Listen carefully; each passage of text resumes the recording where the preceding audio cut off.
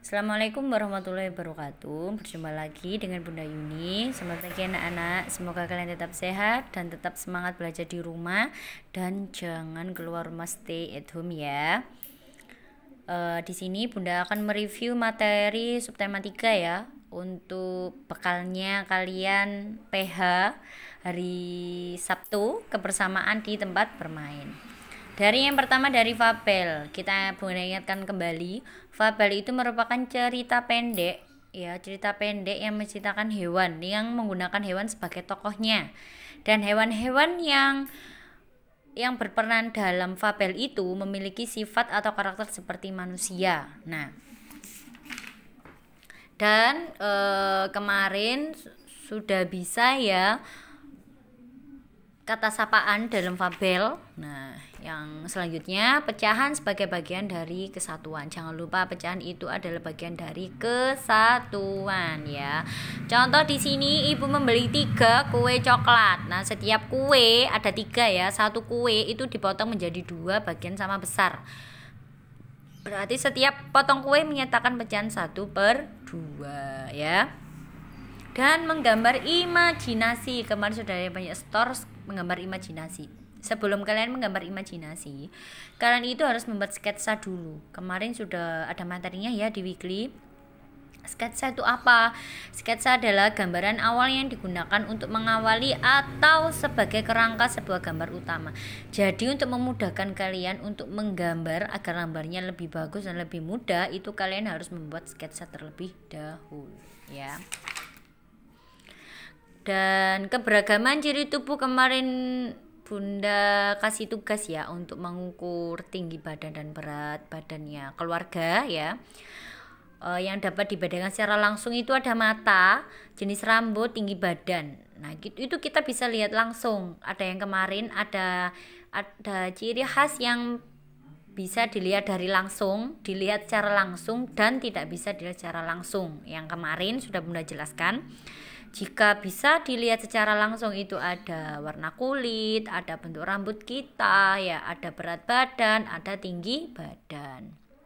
Dan yang tidak bisa dilihat ada kejujuran, ada rendah hati, ada ramah, ada baik hati, ada rajin ya. Nah, semua temanmu di sekolah itu pasti memiliki ciri tubuh yang berbeda. Ada jenis rambutnya, ada yang ikal, ada yang lurus, ada yang keriting ya. Tinggi badannya juga ada yang pendek, ada yang tinggi, ada yang gendut, ada yang kurus kecil. Nah, pasti perbedaan ciri tubuh membuatmu menjadi unik. Iya, karena kalian mempunyai ciri tubuh yang tidak sama. Kalian harus bersyukur. Nah, kayak seperti Bunda Yuni kecil tapi tinggi. Nah, itu bersyukur. Kenapa? Karena Bunda tinggi ya. Dan perbedaan ciri tubuh itu dapat dimanfaatkan untuk kebaikan. Contohnya ini, yang tinggi membantu temannya untuk mengemasi barang ya. Biasanya kalau di kelas, kalau Kinan menghapus papan biasanya dibantu sama siapa? Nah, sama Kenzi yang angkat Kinan untuk menghapus papan agar memudahkan menghapus papan yang lebih tinggi. Biasanya kan seperti itu. Nah, akhirnya berarti Kenzi sudah melakukan perbuatan yang baik. Ciri tubuhnya dia gendut dengan Kinan yang kecil itu dapat dimanfaatkan untuk kebaikan. Artinya apa? Kalian selama ini sudah melakukan sikap rukun, saling menghargai perbedaan dan memanfaatkan perbedaan itu untuk kebaikan. Terima kasih. Kalau dalam fabel itu pasti ada peristiwa-peristiwa penting ya. Dalam cerita fabel itu ada peristiwa pentingnya. Wah, ini menceritakan tentang apa ya? Wah, pasti ada di situ. Pasti fabel itu mempunyai pesan-pesan yang baik ya, mempunyai pesan. Gak mungkin fabel itu tidak mempunyai pesan. Pasti dari cerita fabel itu mereka menyelipkan pesan untuk kalian, pesan kebaikan. Nah, dan selain ciri tubuh ada keberagaman kegemaran teman ya. Kalau kalian di kelas itu waktunya untuk belajar, jika istirahat untuk bermain boleh, dan untuk melampiaskan atau meluapkan ya, menggali bakatnya kalian ketika di sekolah, bisa membaca buku di perpustakaan seperti yang Bunda ajak waktu itu. Setelah itu ada yang jajan, ada yang makan bekal, ada yang makan nasi goreng, ada yang beli ais saja. Nah, di situ semuanya tidak sama. Saat jam istirahat sekolah pun kegiatan kalian juga tidak sama.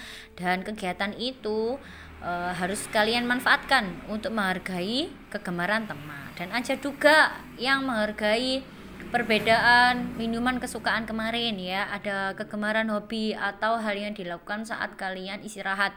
Ada yang suka bermain ular tangga dengan bunda, ada yang bermain bola bekel, ada yang bermain monopoli ya kan. Kalian semua itu harus rukun dan tidak boleh memaksakan kehendak temannya. Oh, ayo main bola bekel, mereka nggak mau kamu ajak main bola bekel tapi kamu maksa, lah itu tidak boleh ya. Dan selanjutnya yaitu pecahan dari sekelompok benda yang sudah bunda jelaskan kemarin. Ada 2 langkahnya. Yang pertama, tentukan penyebutnya. Penyebutnya dari mana? Kita harus menghitung jumlah benda seluruhnya. Dan yang kedua, tentukan pembilangnya dengan banyak bagian benda yang dimaksud ya. Dan pecahan sebagai bagian dari sekumpulan objek. Di sini contoh ada kucing. Nah, ada kucing. Untuk menentukan penyebut, kita hitung dulu kucingnya ada berapa. Ada 3 ya. Banyak kucing yang duduk dapat dinyatakan pecahan 1/3. Karena 1 ini ada kucingnya 1 yang duduk, yang 2 berdiri. Berarti 1 dari 3 kucingnya. Dan keberagaman agama, keberagaman apapun, dari agama yang berbeda, dari ciri tubuh yang berbeda, dari kesukaan makanan dan minuman, dari kegemaran, semuanya kita harus saling membantu dan menghargai. Jangan lupa, kenapa masyarakat Indonesia sampai sekarang tetap hidup berdampingan dan rukun? Karena masyarakat Indonesia itu saling membantu. Ramah tamah, dikenal dengan ramah tamahnya ya. Semuanya harus saling menghargai dan menghormati antar pemeluk agama masing-masing. Walaupun kamu punya teman yang beragama Hindu, bunda dulu juga pernah punya teman yang beragama Hindu. Ya silakan, kalau dia mau ibadah ya monggo. Kalau kita mau sholat ya dia kasih waktu sama kita. Jadi saling menghormati perbedaan dan tidak boleh memaksakan kehendak kita ya, karena Indonesia itu terkenal dengan keberagaman agamanya, adatnya, budayanya ya. Untuk membuat kalimat menggunakan kata sapaan ya, ada bentuk-bentuknya, tetap ada 4 yang sudah kalian catat di buku catatan. Ada nama diri, panggilan keluarga, nama gelar atau profesi seseorang atau nama pelakunya ya. Dan menyatakan pecahan dari sekumpulan objek yang latihan kemarin. Di sini ada banyak pensil yang patah, dapat dinyatakan dengan ada 4 pensil. 4 berarti 4 itu 4 pensilnya ya, 4 pensil. Dan yang patah, ditanya yang patah ada berapa? Ada 1, berarti bisa dinyatakan dengan pecahan 1/4. Berarti pecahan 1 bagian dari 4 benda tersebut. Dan kemarin sudah banyak mengumpulkan ya. Terima kasih, karyanya bagus-bagus dan cantik-cantik. Membuat karya 3 dimensi. Karya 3 dimensi itu memiliki panjang, lebar, dan tinggi sehingga dapat kita lihat dari segala arah, dari depan, dari belakang, dari samping kanan, dari samping kiri, dari atas dan dari bawah.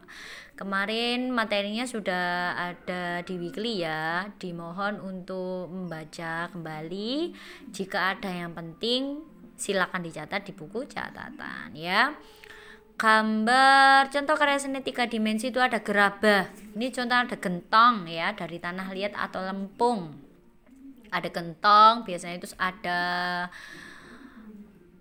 layah, tahu layah atau cowek badulek-bulek. Nah, itu kan termasuk jenis gerabah. Itu termasuk karya seni 3 dimensi. Dan ada patung, relief ya.